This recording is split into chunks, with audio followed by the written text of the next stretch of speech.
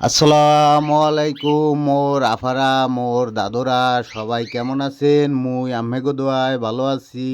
মুই এককালে বেনিয়ালে উঠেই আইছি কয়টা হাঁক তুলতে। মোর পাখিরে মুই সপ্তাহে একদিন হাঁক খাওয়াই। এলনচা হাঁক, কলমি হাঁক, দেন এই বিলটায় সব হাঁক দিয়ে ভরা। বিষয় হলো আম্মেগোর সাথে যেটা শেয়ার করতে আইছি, মুই হাঁক তুলমু, মুই ফোন কি আরমু, এই জন্য মুই ফোনটা মফিজ চাললে দাঁড়াই না।